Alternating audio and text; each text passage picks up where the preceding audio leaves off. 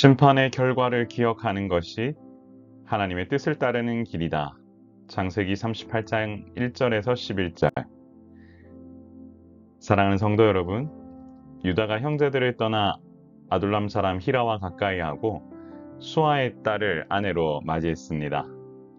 유다가 혈통이 다른 이방 민족과 어울리는 것 자체는 당시 상황으로 보면 교류라고 볼 수는 없었습니다.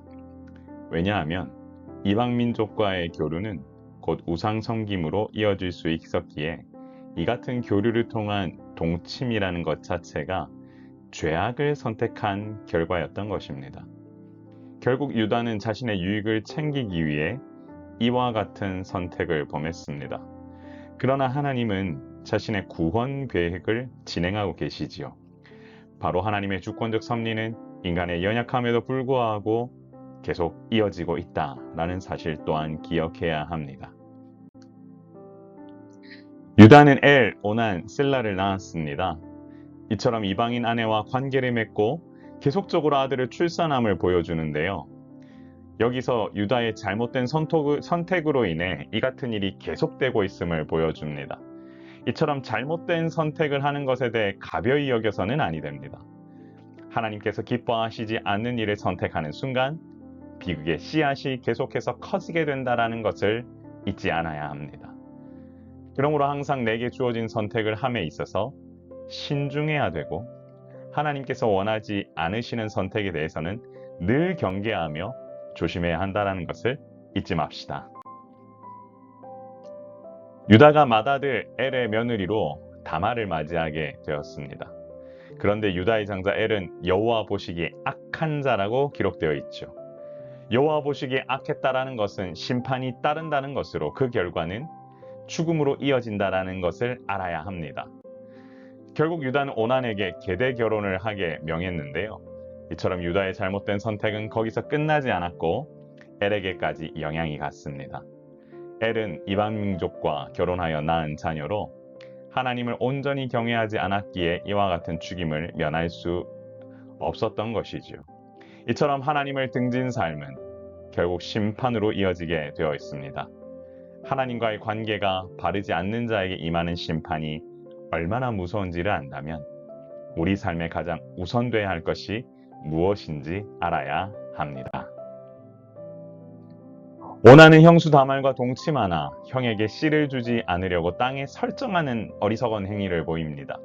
이는 오난이 형의 대를 이어야 한다는 계대 결혼의 의무를 피하고 자신의 욕심과 이익만을 추구했음을 보이는데요.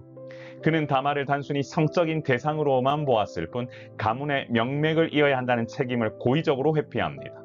이것은 여호와 보시기에 악한 행위입니다. 결국 그도 죽음을 피할 수는 없게 되었지요. 이처럼 엘과 오난의 죽음에서 알 수 있는 것은 하나님의 절대적인 주권에 대한 인정을 하지 않았을 경우에 반드시 심판이 있다라는 사실입니다. 분명한 사실은 하나님께서 인간의 죄악된 행위를 결코 간과하지 않으신다라는 사실입니다. 그러므로 항상 하나님의 주권 역사 속에서 인간은 자기에게 주어진 책임을 다하는 행동을 놓쳐서는 아니 됩니다. 오직 하나님의 뜻을 따르며 믿음으로 나아가는 자를 하나님은 사랑하십니다. 사랑하는 성도 여러분, 심판의 결과를 기억하는 것이 하나님의 뜻을 따르는 길이다라는 사실을 잊지 마십시오. 유다의 잘못된 선택은 그의 아들들에게도 영향을 끼쳤습니다. 그런데 안타깝게도 유다의 아들들은 심판의 결과를 간과했습니다. 심판의 결과가 죽음인 것을 보았음에도 불구하고 그들은 하나님의 뜻이 아닌 자기 유익을 찾기 위해 행했던 것입니다. 이처럼 하나님의 뜻을 따르기 위해서는 반드시 죄의 무서운 결과를 간과해서는 아니 됩니다. 항상 하나님과의 관계를 바로 세우는 일에 집중하며 하나님의 뜻을 세우기 위해 나아가야 합니다. 결국 심판의 결과를 기억하는 사람은 두려움에 갇히는 삶을 사는 것이 아니라 오히려 참 자유를 누리게 됩니다. 그러므로 매 순간 하나님께서 원하시는 선택, 하나님의 뜻에 맞는 길을 가기 위해 늘 심판의 결과를 기억해야 합니다. 매 순간 주님 원하시는 길을 묵상하는 자에게 하나님께서 원하시는, 허락하시는 복이 있음을 잊지 맙시다. 사랑하는 성도 여러분, 우리 이렇게 한번 기도해 볼까요? 주여, 매 순간 심판의 결과를 기억하며 믿음 안에서 하나님의 뜻을 따르는 길을 걸어가게 하옵소서. 우리의 연약함을 주님 앞에 다 내어놓고 이 시간 우리 간절히 기도합시다. 제가 한번 기도합니다. 존귀하신 하나님 아버지 은혜를 감사합니다. 이 시간 하나님의 놀라운 역사가 우리의 삶을 통해 온전히 드러나길 원합니다. 주님, 주께서 부으시는 은혜가 아버지 하나님 우리 가운데 넘쳐나기 위해서라도 우리는 항상 여호와 하나님을 경외하며 하나님의 뜻이 무엇인지에 귀 기울이는 우리 모두가 되도록 인도하여 주옵소서. 그리하여 주님 부으시는 은혜가 우리 가운데 넘쳐나길 소망하오니 주여 믿음 위에 믿음을 더하게 하시고 우리가 가는 이 길 가운데 하나님의 놀라운 역사가 온전히 일어나도록 주여 우리와 동행하시고 함께하여 주옵소서.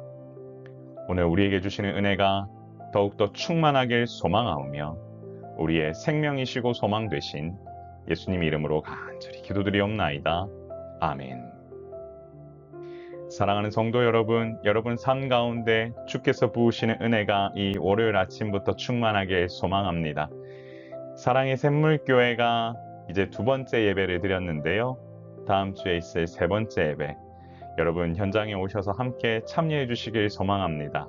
그리하여 주께서 부으시는 은혜로 이 공간이 차고 넘치기 원하고 새로운 교회가 비상할 수 있도록 여러분 기도해 주시고 더 큰 은혜가 흐를 수 있도록 함께해 주옵소서.